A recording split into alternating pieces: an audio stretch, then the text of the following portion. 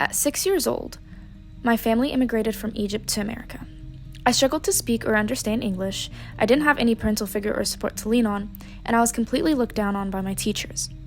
Isolated from my family and everything familiar to me, I was left completely on my own. My name is Laura Botros, class of 2024 at the University of the South, and this is my digital story. The struggles of being an immigrant child felt never-ending while I was growing up.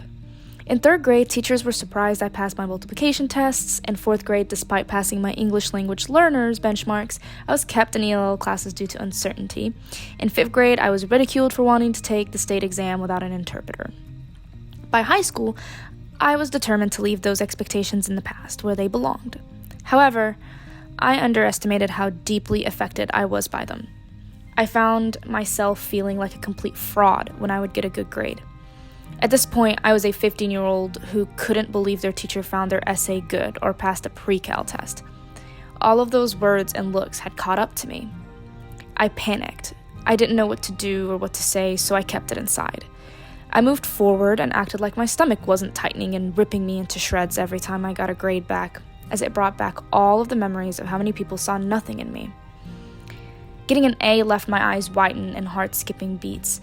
Getting a C made blood rush to my face. There was no peace, there was just thoughts, and it ate me alive on the inside. By the time I was a junior in high school, my stomach was in shreds. My teachers were great and they knew I would make good grades. It was the bad grades that surprised them. And even then, the expectation was to bounce back. And I always bounced back. But the thoughts never stopped. I knew that many people had failed me as a kid and I had every right to be angry, but I couldn't continue to be angry.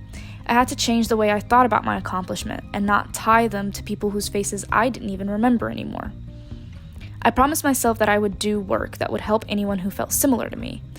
While I did not intend for my work to be with kids, a lot of my service work ended up involving kids. In high school, I was offered an internship working with elementary and middle schoolers who were non-English speakers. When I got asked to spend the summer working on art projects, I ended up working with elementary school kids, helping them with their art projects. When I got a teaching assistant internship, I ended up being placed with kids in middle school and high school. By the time I got to college, I began to write it off as a coincidence, even making jokes that working with kids followed me everywhere I went, but surely not college too. As a junior in college, I applied to be a Canale. I got to expand my knowledge of the communities around campus and worked with many amazing community partners. Coming into Canale, Westwood Middle School was not even listed as a site during the application process. I chose and met with a different site supervisor, and I had my mind set on it. But as I got the email that I was a Canale, the site that was listed was Westwood Middle School's Journeys program. I was surprised, but I was excited to start working with them. In the beginning, I spent most of my time trying to figure out how to make the most of it, whether that was by playing with the kids or tutoring them. I struggled for a bit to get to know them and find some common ground. The kids were from a part of the world I was not familiar with. They had backgrounds that I couldn't relate to, or backgrounds I thought I didn't relate to. I would talk to one kid who spilled their whole life story to me, and another who wouldn't even look me in the eyes.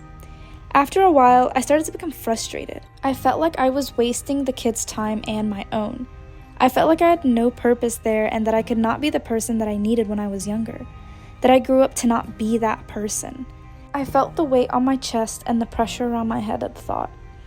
I gave myself some grace, but that only took me so far. I spent time learning about the kids and the teachers, observing what the kids responded to and what they didn't. I spent time talking to the teachers and learning about their lives and their expectations of the kids. In the process of my learning at the site, I was reminded of a few things about kids that I had forgotten. 1, it takes them a while to get comfortable around people. 2, if you turn anything into a competition with candy as a reward, you are immediately their favorite person. And 3, they need grace too. I realized that I had more in common with the kids than I thought. I was once a kid who did not care about schoolwork. I was once a kid who had 0 ounce of trust towards adults. And I was once a kid who wanted to feel like I was smart. I had a lot of empathy for them, a room full of kids who believed they were not as smart because they didn't understand something immediately or fell behind on work. I began to put together why I kept ending up working with kids, and coincidence was not the reason. I knew that I was the person for this, and that's why I kept ending up here. I realized that I was put in this position that can bring some relief to those kids. They may need someone to be there who knows how hard it is to keep trying when no one else seems to see it. I found a purpose at my site, and I was finally able to give all of my focus to the kids.